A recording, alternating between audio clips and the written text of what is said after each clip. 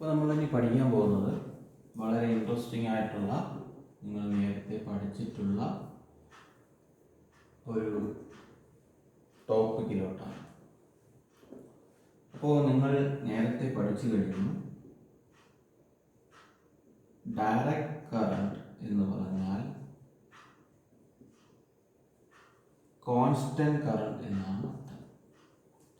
Direct current എന്ന് പറഞ്ഞു കഴിഞ്ഞാൽ ഇപ്പോൾ നമുക്ക് നമ്മുടെ വീട്ടിൽ ഉപയോഗിക്കുന്ന ടോർച്ചിൻ്റെ ബാറ്ററിയിൽ നിന്ന് കിട്ടുന്നത് ഡയറക്റ്റ് കറണ്ടാണ്.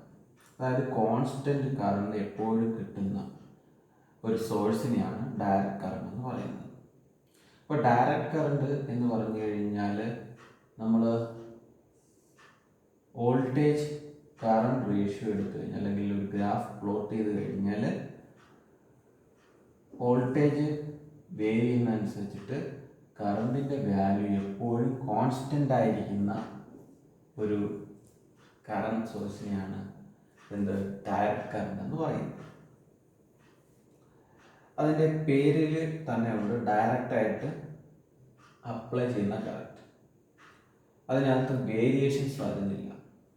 ഇപ്പോൾ കറണ്ട് എന്ന് പറയുന്നത് ടൈം അനുസരിച്ച് മാറുന്ന രീതിയിലുള്ള വോൾട്ടേജിനെയാണ് എന്ത് പറയുന്നത്, വാല്യൂവിനെയാണ് ആൾട്ടർനേറ്റിംഗ് കറണ്ട് എന്ന് പറയുന്നത്. ഇവിടെ വോൾട്ടേജ് അല്ല പ്ലോട്ട് ചെയ്യുന്നത്, കറണ്ട് ടൈമാണ് പ്ലോട്ട് ചെയ്യുന്നത്. നമ്മൾ ടൈം 0, 1, 2, 3 അങ്ങനെ സെക്കൻഡ്സിൽ പ്ലോട്ട് ചെയ്താൽ ടൈം സെക്കൻഡ്സ് എന്നാൽ ടൈമിൻ്റെ യൂണിറ്റ് എന്നുള്ള സെക്കൻഡ്സ് ആണ്.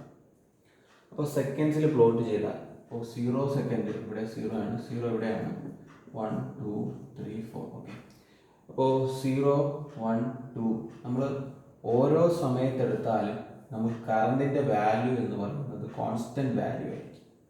എന്നാൽ അതേ സംബന്ധിച്ചിടത്തോളം അങ്ങനെ പറയുകയാണെങ്കിൽ ആൾട്ടർനേറ്റിംഗ് കറണ്ട് എന്ന് പറഞ്ഞു കഴിഞ്ഞാൽ ഓരോ ടൈമിനനുസരിച്ച് കണ്ടിന്യൂസ്ലി വേരി ചെയ്തുകൊണ്ടിരിക്കുന്ന കറണ്ടിനെയാണ് ആൾട്ടർനേറ്റിംഗ് കറണ്ട് എന്ന് പറയുന്നത്. ആൾട്ടർനേറ്റിംഗ് കറണ്ട് എന്ന് പറഞ്ഞു കഴിഞ്ഞാൽ ഇവിടെ കറണ്ടിൻ്റെ വാല്യൂ ഇതാണ്. ഇത് 0 ടൈം നമ്മളിവിടെ പ്ലോട്ട് ചെയ്യുന്നു. എക്സ് ആക്സിസിൽ ടൈമും വൈ ആക്സിസിൽ കറണ്ടും പ്ലോട്ട് ചെയ്ത് കഴിഞ്ഞാൽ ഓരോ ടൈമിനനുസരിച്ചും ആ കറണ്ട് വേരി ചെയ്തുകൊണ്ടിരിക്കുന്നു. അതിന് പോസിറ്റീവ് ഹാഫ് സൈക്കിളുണ്ട്, നെഗറ്റീവ് ഹാഫ് സൈക്കിളുണ്ട്. അപ്പം ഒരു ഡെഫിനിറ്റ് ആയിട്ടുള്ള ഒരു വാല്യൂവിലേക്ക് അത് എത്തുന്നില്ല. അത് പോസിറ്റീവ് പീക്ക് ഒരു സമയത്ത് കാണിക്കുന്നു, നെഗറ്റീവ് പീക്ക് അതിനകത്ത് ഒരു സമയത്ത് കാണിക്കുന്നു, അല്ലെങ്കിൽ പോസിറ്റീവ് വാല്യൂ ഒന്ന് കാണിക്കുന്നു, ചിലത് നെഗറ്റീവ് വാല്യൂ കാണിക്കുന്നു. കാർട്ടീഷ്യൻ രീതി പ്രകാരം 0ക്ക് മുകളിലുള്ള എക്സ് ആക്സിന് മുകളിലുള്ളതെല്ലാം പോസിറ്റീവും എക്സ് ആക്സിന് താഴെയുള്ളതെല്ലാം നെഗറ്റീവ് വാല്യൂസാണ് വരുന്നത്. അതുപോലെ തന്നെ ഇങ്ങോട്ടും വരും. കണ്ടിന്യൂസ്ലി വേരിങ് ആയിട്ടുള്ള നെഗറ്റീവ് പോർഷനും ഈ ആൾട്ടർനേറ്റീവ് കറണ്ടിനകത്ത് വരും. ഇപ്പോൾ ഡയറക്റ്റ് കറണ്ട് എന്ന് പറഞ്ഞു കഴിഞ്ഞാൽ ടൈമിനനുസരിച്ച് മാറാത്ത കറണ്ടിനെയാണ് ഡയറക്റ്റ് കറണ്ട് എന്ന് പറയുന്നത്. നമ്മൾ ഏത് സമയത്ത് ആ കറണ്ട് പ്രൊവൈഡ് ചെയ്താലും ആ കറണ്ടിൻ്റെ വാല്യൂ മാറത്തില്ല. ഇപ്പോൾ 2 ആംപിയർ ആണ് ഡയറക്റ്റ് കറണ്ട് എന്ന് പറഞ്ഞു കഴിഞ്ഞാൽ 2 ആംപിയറിന് ഒരു വ്യത്യാസവും വരത്തില്ല. ആംപിയർ എന്ന് പറഞ്ഞു കഴിഞ്ഞാൽ കറണ്ടിൻ്റെ യൂണിറ്റാണ് ആംപിയർ എന്ന് പറയുന്നത്. അപ്പോൾ നമ്മളൊരു ബാറ്ററി എടുത്ത് വെച്ചിട്ട് നമ്മളൊരു നമ്മളൊരു മൾട്ടിമീറ്റർ അല്ലെങ്കിൽ ഒരു അമീറ്റർ വെച്ചിട്ട്, അമീറ്റർ എന്ന് പറഞ്ഞു കഴിഞ്ഞാൽ കറണ്ട് മെഷർ ചെയ്യുന്ന ഇൻസ്ട്രുമെൻറ്റിനെയാണ് അമീറ്റർ എന്ന് പറയുന്നത്. അപ്പോൾ നമ്മളൊരു അമീറ്റർ വെച്ചിട്ട് അതിൻ്റെ കറണ്ട് മെഷർ ചെയ്ത് കഴിഞ്ഞാൽ ഏത് സമയത്തെടുത്താലും അതിൻ്റെ വാല്യൂ 2 ആംപിയറുള്ള ബാറ്ററി ആണെങ്കിൽ അത് 2 ആംപിയർ തന്നെ ആയിരിക്കും.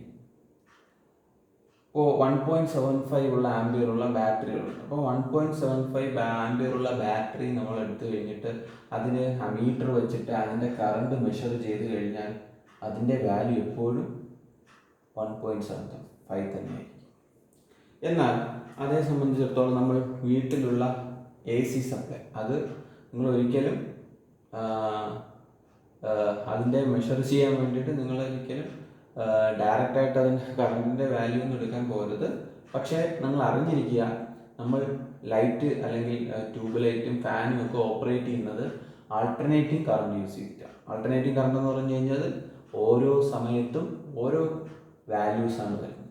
കണ്ടിന്യൂസ്ലി വേരിയിങ് ആയിട്ടുള്ള കറണ്ടിനെയാണ് ആൾട്ടർനേറ്റിംഗ് കറണ്ട് എന്ന് പറയുന്നത്. അതൊരു എക്സാമ്പിളാണ് ആ സൈൻ വേവ് ആയിട്ടുള്ള നമ്മുടെ AC ആയിട്ട് നമ്മുടെ വീട്ടിൽ ഉപയോഗിക്കുന്നത്. അതെപ്പോഴും എപ്പോഴും ചേഞ്ച് ചെയ്തുകൊണ്ടിരിക്കുന്ന വാല്യൂസ് ഉള്ള കറണ്ടാണ്. അപ്പോൾ നിങ്ങൾക്ക് രണ്ട് ഡിഫറൻസ് മനസ്സിലായി കഴിഞ്ഞു. ഡയറക്റ്റ് കറണ്ട് എന്ന് പറഞ്ഞു കഴിഞ്ഞാൽ ഏത് സമയത്തെടുത്താലും നമുക്ക് ഒരേ കറണ്ടിൻ്റെ വാല്യൂ കിട്ടും. ആൾട്ടർനേറ്റിംഗ് കറണ്ട് എന്ന് പറഞ്ഞാൽ കണ്ടിന്യൂസ്ലി ടൈമിനനുസരിച്ച് മാറിക്കൊണ്ടിരിക്കുന്ന കറണ്ടിനെയാണ് ആൾട്ടർനേറ്റിംഗ് കറണ്ട് എന്ന് പറയുന്നത്. സോ നമുക്ക് ബേസിക് ആയിട്ട് ഡയറക്റ്റ് കറണ്ട് യൂസ് ചെയ്തിട്ട് സീരീസ് പാരലൽ റെസിസ്റ്റൻസുകൾ നമുക്ക് എന്താണ് അതിൻ്റെ ഔട്ട്കം എന്താണെന്ന് പഠിക്കാം. സീരീസ് കണക്ഷൻ എന്ന് പറഞ്ഞു കഴിഞ്ഞാൽ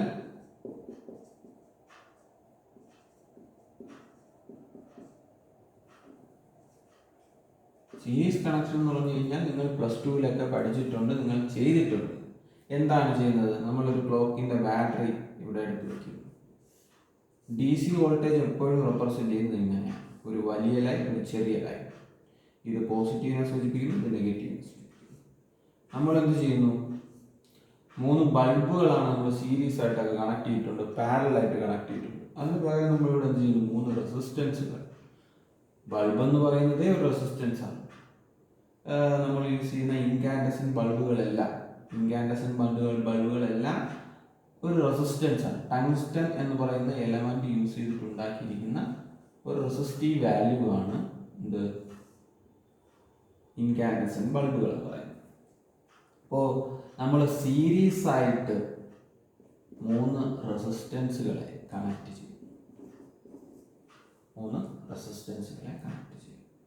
റെസിസ്റ്റൻസ് എന്ന് പറഞ്ഞാൽ എന്താണ്?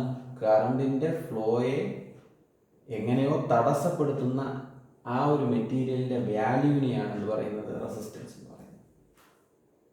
അപ്പോൾ ഇത് V എന്ന് പറയുന്ന വോൾട്ടേജ്, ഇത് കറണ്ട്, ഇതിൽ കൂടെ പാസ് ചെയ്യുന്ന കറണ്ട്. നിങ്ങളൊന്ന് ശ്രദ്ധിച്ചു നോക്കൂ. എപ്പോഴും നമ്മൾ ഈ വോൾട്ടേജ് എന്ന് പറയുന്നത് ഒരു റെസിസ്റ്റൻസിന്റെ ഫസ്റ്റ് എൻഡ്, അതായത് ആദ്യത്തെ എൻഡ്. ഒരു റെസിസ്റ്റൻസിന് 2 എൻഡുകളാണ്. ഈ റെസിസ്റ്റൻസിന് 2 എൻഡുണ്ട്, ഈ റെസിസ്റ്റൻസിന് 2 എൻഡുണ്ട്. അപ്പോൾ എൻഡ് ടു എൻഡ് കണക്ട് ചെയ്യുക.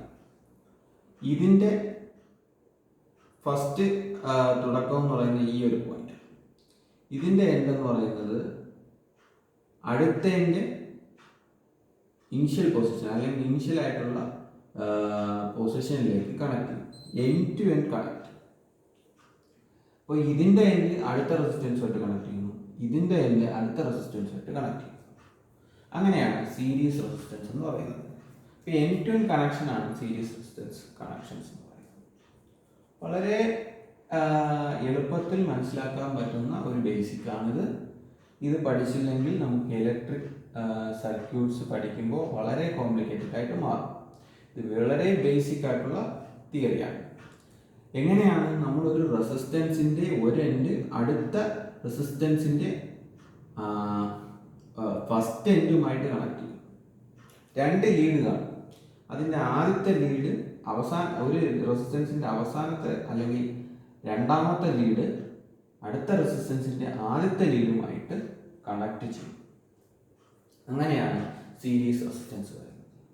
ഇതിൽ നോക്കൂ, ഇതിൽ കൂടെ പോകുന്ന കറണ്ട്, ഈ റെസിസ്റ്റൻസിൽ കൂടെ പോണ കറണ്ടും ഈ റെസിസ്റ്റൻസിൽ കൂടെ പോണ കറണ്ടും ഈ റെസിസ്റ്റൻസിൽ കൂടെ പോണ കറണ്ടും എപ്പോഴും സെയിം ആയിരിക്കും.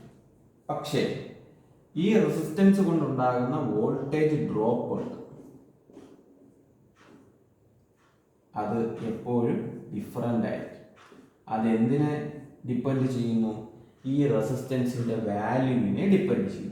ഏതാണോ റെസിസ്റ്റൻസ് എടുക്കുന്നത് ആ റെസിസ്റ്റൻസിൻ്റെ വാല്യൂവിനെ ഡിപ്പെൻഡ് ചെയ്തിരിക്കും. മനസ്സിലായില്ല? ഒന്നുകൂടെ നോക്കാം. ഇവിടെ ഒരു വോൾട്ടേജ് കൊടുക്കും. ഇവിടെ വോൾട്ടേജ് കൊടുക്കുമ്പോൾ എപ്പോഴും വോൾട്ടേജ് എന്ന് പറഞ്ഞു കഴിഞ്ഞാൽ കറണ്ട് ഫ്ലോ ഉണ്ടായാലേ വോൾട്ടേജ് ഉണ്ടാവും. അപ്പോൾ പോസിറ്റീവിൽ നിന്ന് നെഗറ്റീവിലേക്കാണ് നമ്മൾ കൺവെൻഷനലി കറണ്ടിൻ്റെ ഫ്ലോയെ എടുക്കുന്നത്. ഞാൻ നേരത്തെ പറഞ്ഞു, ഇലക്ട്രോണിൻ്റെ ഫ്ലോ എന്ന് പറയുന്നത് ഇങ്ങോട്ടാണെങ്കിൽ കറണ്ടിൻ്റെ ഡയറക്ഷൻ നമ്മൾ കൺവെൻഷ്യലി നമ്മൾ ഒരു സ്ഥിരമായിട്ട് നമ്മൾ ആ ഒരു കൺസെപ്റ്റാണ് എടുക്കുന്നത്. ഇലക്ട്രോൺസിൻ്റെ ഫ്ലോയ്ക്ക് നേരെ ഓപ്പോസിറ്റാണ് കറണ്ടിൻ്റെ ഫ്ലോ എടുക്കുന്നത്. അപ്പോൾ നമ്മൾ മനസ്സിലാക്കേണ്ടത് ഒരു ഡി സി സോഴ്സ് പോസിറ്റീവും നെഗറ്റീവും ഉണ്ടെങ്കിൽ പോസിറ്റീവിൽ നിന്ന് നെഗറ്റീവിലോട്ടായിരിക്കും കറണ്ട് ഫ്ലോ ചെയ്യുന്നത്. അപ്പോൾ കറണ്ടിൻ്റെ ഡയറക്ഷൻ നമ്മൾ ആരോ മാർക്ക് വെച്ച് സൂചിപ്പിച്ചു. അപ്പോൾ ഈ കറണ്ട് പോയിട്ട് ഈ റെസിസ്റ്റൻസിൽ കൂടെ കടന്ന് അടുത്ത റെസിസ്റ്റൻസിൽ എത്തുമ്പോൾ ഈ കറണ്ടിന് വ്യത്യാസം വരുന്നില്ല. അവൻ അതേ ഒരു വാല്യൂവിൽ തന്നെയാണ് ഈ റെസിസ്റ്റൻസിലും പോകുന്നത്, അടുത്ത റെസിസ്റ്റൻസിലും പോകുന്നത്. അവസാനം ഇറങ്ങി വരുമ്പോഴും സെയിം കറണ്ടാണ് വരുന്നത്. മനസ്സിലായി? നമ്മളൊന്നുകൂടെ നോക്കൂ. ഇപ്പോൾ എന്താ പറയുക, ഒരു കറണ്ട് എന്ന് പറഞ്ഞാൽ അപ്പം നമുക്ക് ഒരു കോറിഡോർ ഇവിടെ ഉണ്ടെന്ന് വിചാരിക്കുക. ഈ കോറിഡോറിൽ 3 ഡോറുകളുണ്ട്. 3 ഡോറുകൾ.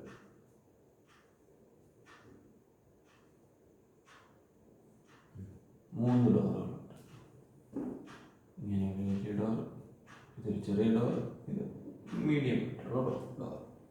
ഡോറിൻ്റെ വാതിൽ കാണിക്കാനാണ് ഞാൻ ഒരു പോർഷൻ വെച്ചിരിക്കുന്നത്.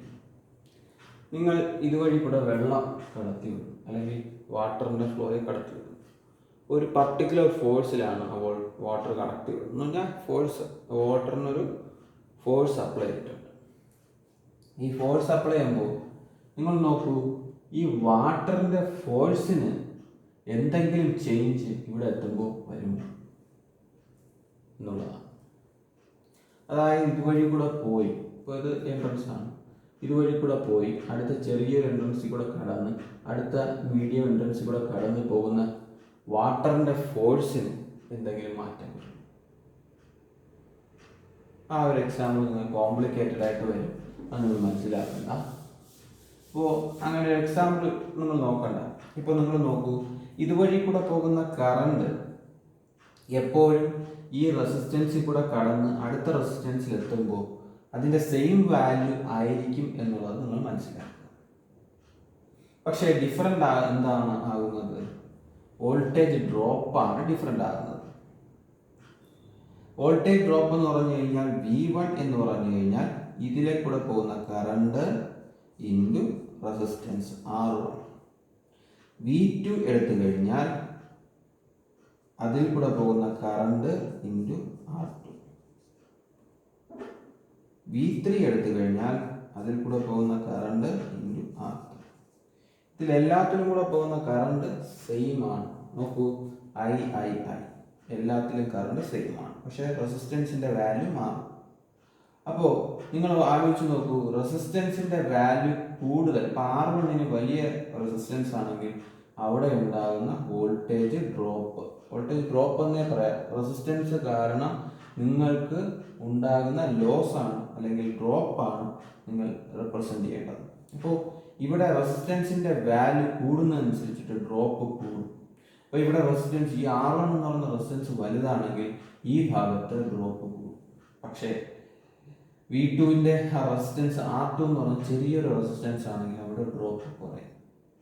അപ്പോൾ ടോട്ടലി നിങ്ങൾ നോക്കി നോക്കൂ, ഈ ഒരു വോൾട്ടേജ് എന്ന് പറയുന്നത് ഈ 3 വോൾട്ടേജ് ഡ്രോപ്പുകൾക്ക് സമമല്ലേ? അതായത് നിങ്ങൾ നോക്കൂ, ഇവിടെ ടോട്ടലി നിങ്ങൾ കണക്ട് ചെയ്യുന്നത് ഈ ഒരു വോൾട്ടേജാണ്. അപ്പോൾ നമുക്ക് മാത്തമെറ്റിക്കലി ആഡ് ചെയ്താലും മതി, V1 + V2 + V3 എന്ന് പറയുന്നതായിരിക്കും V എന്ന് പറയുന്നത്. നിങ്ങൾ ഇങ്ങനെ കാണുന്നതുകൊണ്ടാണ് നിങ്ങൾക്ക് അങ്ങനെ ഒരു കോൺഫ്യൂഷൻ വരുന്നത്. നോക്കൂ, ഇത് R1, ഇത് R2, ഇത് R3 ആണെങ്കിൽ നിങ്ങൾ പ്രൊവൈഡ് ചെയ്യുന്ന വോൾട്ടേജ് ഇങ്ങനെ റെപ്രസെൻ്റ് ചെയ്യുകയാണെങ്കിൽ ഈ ഒരു ടോട്ടൽ വോൾട്ടേജ് എന്ന് പറയുന്നത് ഇതിലുണ്ടാകുന്ന വോൾട്ടേജ് ഡ്രോപ്പ്, ഇതിലുണ്ടാകുന്ന വോൾട്ടേജ് ഡ്രോപ്പ്, ഇതിൻ്റെ മാത്തമെറ്റിക്കൽ അഡീഷൻ ആയിരിക്കില്ലേ? നമ്മൾ നേരത്തെ കൺസിഡർ ചെയ്ത് കഴിഞ്ഞു. ഇതിൽ കൂടെ പോകുന്ന കറണ്ട് എന്ന് പറയുന്നത് സെയിം ആണ്. ഇതുവഴി കൂടെ പോകുന്ന കറണ്ട് എപ്പോഴും സെയിം ആണ്. ഈ കറണ്ടിനും ഉള്ളിൽ കൂടെ പോകുന്ന കറണ്ട് സെയിം ആണ്. അപ്പോൾ അതാണ് പറഞ്ഞത്. അപ്പോൾ പറഞ്ഞു വരുമ്പോൾ നമുക്ക് വോൾട്ടേജ്, ഇതിൽ കൂടെ പോകുന്ന വോൾട്ടേജ് ഡ്രോപ്പ് എന്ന് പറഞ്ഞു കഴിഞ്ഞാൽ I × R1 V2 എന്ന് പറഞ്ഞാൽ I ഇൻറ്റു R2, V3 എന്ന് പറഞ്ഞാൽ I ഇൻറ്റു R3. നിങ്ങൾ നോക്കൂ, ഈ 3 വോൾട്ടേജിൻ്റെ സമ്മാണ് ടോട്ടൽ വോൾട്ടേജ്. അപ്പോൾ total voltage V is equal to V1 plus V2 plus V3 എന്നെടുക്കാം. V1 എന്താണ്? IR1 plus IR2 plus IR3. Ohm's law പ്രകാരം നമുക്കത് എഴുതാം. അപ്പോൾ I ഇതിൽ നിന്ന് കോമൺ എടുക്കുക. നിങ്ങൾ മാത്സിൽ പഠിച്ചിട്ടുണ്ടെന്ന് പറയുന്നത് ഒരു സെയിം വാല്യൂ കൊണ്ട് എല്ലാത്തിനെയും മൾട്ടിപ്ലൈ ചെയ്ത് കഴിഞ്ഞാൽ നമുക്ക് അതിനെ കോമൺ ആയിട്ട് എടുക്കാം. R1 plus R2 plus R3 R2 plus R3 is equal to V. ഇതിൽ നിന്ന് നമ്മൾ മനസ്സിലാക്കാം, ഈ R1 plus R2 plus R3 എന്ന് പറഞ്ഞു കഴിഞ്ഞാൽ സീരീസ് റെസിസ്റ്റൻസിൻ്റെ ടോട്ടൽ റെസിസ്റ്റൻസ് ആണ്. ഇവിടെ R1 എന്ന് 1 ഓം, ഇവിടെ R2 എന്ന് 2 ഓം, R3 എന്ന് പറഞ്ഞാൽ 3 ഓം ആണെങ്കിൽ 1, 2, 3 3 ഓമുകളാണെങ്കിൽ നിങ്ങൾ എന്ത് ചെയ്യും? നമ്മൾ സിംപ്ലി ആഡ് ചെയ്താൽ മതി. 1 ഓം പ്ലസ് 2 ഓം പ്ലസ് 3 ഓം, അതാണ് എത്ര? 3 നോക്കൂ, 1 പ്ലസ് 2 3, 3 പ്ലസ് 3 6 ഓം ഇൻറ്റു ആ കറണ്ട് എടുക്കുമ്പോൾ നമുക്ക് ടോട്ടൽ വോൾട്ടേജ് കിട്ടും. ഇത് വളരെ വളരെ സിംപ്ലിഫൈഡ് ആയിട്ടുള്ള ഒരു തിയറമാണ്. നിങ്ങൾ നോക്കൂ, ഇവിടെ 2 ഇവിടെ 3 നിങ്ങൾ കൊടുക്കുന്ന വോൾട്ടേജ് എന്ന് പറയുന്നത്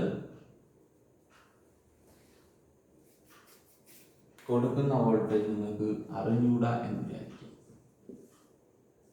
ഇതിൽ കൂടെ പോകുന്ന കറണ്ട് 2 ആംപിയർ ആണെന്ന് വിചാരിക്കും. അപ്പോൾ നിങ്ങൾ ടോട്ടൽ വോൾട്ടേജ് എങ്ങനെ കണ്ടുപിടിക്കും? കറണ്ട് 2 ഇൻറ്റു ഇതിലെ ടോട്ടൽ റെസിസ്റ്റൻസ് 2 പ്ലസ് 3 5. അപ്പോൾ 10 വോൾട്ടാണ് ടോട്ടൽ വോൾട്ടേജ്. 10 വോൾട്ട് അല്ലേ? അപ്പോൾ ഇവിടെ 10 വോൾട്ടാണ്. നിങ്ങൾക്ക് 2 ആംപിയർ എന്തെന്ന് അറിയില്ല. അപ്പോൾ 10 വോൾട്ടാണ് ടോട്ടൽ വോൾട്ടേജ് ആണെങ്കിൽ 10 voltage divided by total resistance 2 plus 3 5 ohm is equal to 2 ampere. അപ്പോൾ ഇതാണ് അതിൻ്റെ എക്സാമ്പിൾ. അപ്പോൾ നമുക്ക് total resistance into current is equal to voltage എന്ന് പറയും, അല്ലെങ്കിൽ ടോട്ടൽ വോൾട്ടേജ് എന്ന് പറയും. ഇതിൽ നിന്ന് എന്ത് മനസ്സിലാക്കുന്നു? സീരീസ് റെസിസ്റ്റൻസുകൾ നിങ്ങൾക്ക് കണക്ട് ചെയ്യുമ്പോൾ അതിൻ്റെ ടോട്ടൽ റെസിസ്റ്റൻസ് എന്ന് പറഞ്ഞു കഴിഞ്ഞാൽ അത് സിംപ്ലി മാത്തമാറ്റിക്കൽ അഡിഷൻ ആണ്. R1 plus R2 plus R3. ഇതാണ് എൻ്റെ ബേസിക് ആയിട്ടുള്ള ഐഡിയ എന്ന് പറയുന്നത്. അപ്പോൾ ഇതിൽ വോൾട്ടേജ് ഡിവൈഡർ റൂൾ എന്ന് പറഞ്ഞൊരു കൺസിഡറേഷൻ വരും. നിങ്ങൾ എല്ലാ കാലത്തും മനസ്സിലാക്കിയിരിക്കേണ്ട ഒരു കൺസെപ്റ്റാണ് voltage divider rule. Voltage divider rule എന്ന് പറഞ്ഞു കഴിഞ്ഞാൽ ഇപ്പം സീരീസ് ആയിട്ട് നിങ്ങൾ 3 റെസിസ്റ്റൻസുകൾ ഒരു വോൾട്ടേജ് സോഴ്സുമായിട്ട് കണക്ട് ചെയ്യും. വോൾട്ടേജ് സോഴ്സ് എന്താണ്? DC വോൾട്ടേജ് സോഴ്സാണ്. ഇത് R1, ഇത് R2, ഇത് R3. ഇനി ഇതിലുണ്ടാകുന്ന വോൾട്ടേജ് ഡ്രോപ്പ് എന്ന് പറഞ്ഞു കഴിഞ്ഞാൽ V1, ഇത് V2, ഇത് V3.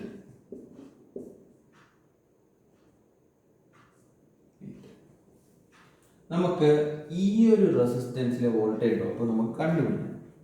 എന്താണ് ഈ ഒരു റെസിസ്റ്റൻസിലെ വോൾട്ടേജ് ഡ്രോപ്പ് നമുക്ക് കണ്ടുപിടിക്കണം? അതായത് V1 നമുക്ക് കറണ്ടിൻ്റെ വാല്യൂ അറിഞ്ഞുകൂടെങ്കിൽ നമുക്ക് ടോട്ടൽ വോൾട്ടേജ് അറിയാമെങ്കിൽ ടോട്ടൽ വോൾട്ടേജ് എന്ന് പറഞ്ഞു കഴിഞ്ഞാൽ നമ്മൾ കണക്ട് ചെയ്യുന്ന ടോട്ടൽ വോൾട്ടേജ് അറിയാമെങ്കിൽ നമുക്ക് കറണ്ടിൻ്റെ വാല്യൂ അറിഞ്ഞുകൂടെങ്കിൽ, ഇതിൽ കൂടെ പോകുന്ന കറണ്ടിൻ്റെ വാല്യൂ I എന്ന് പറയുന്നതിൻ്റെ വാല്യൂ അറിഞ്ഞുകൂടെങ്കിൽ നമുക്ക് ഇതിലുള്ള ഈ റെസിസ്റ്റൻസിൻ്റെ വോൾട്ടേജ് ഡ്രോപ്പ് കണ്ടുപിടിക്കാം. സിംപ്ലി നിങ്ങൾ നോക്കൂ, ഇപ്പോൾ 3 പാരാമീറ്റേഴ്സ് ആണ് ഉള്ളത്: വോൾട്ടേജ്, റെസിസ്റ്റൻസ്, കറണ്ട്. ഈ ഒരു സീരീസ് റെസിസ്റ്റൻസ് നോക്കുമ്പോൾ ഒരു ഇൻഡിപെൻഡൻ്റ് ആയിട്ടുള്ള ഒരു റെസിസ്റ്റൻസിൽ ഉണ്ടാകുന്ന വോൾട്ടേജ് ഡ്രോപ്പ്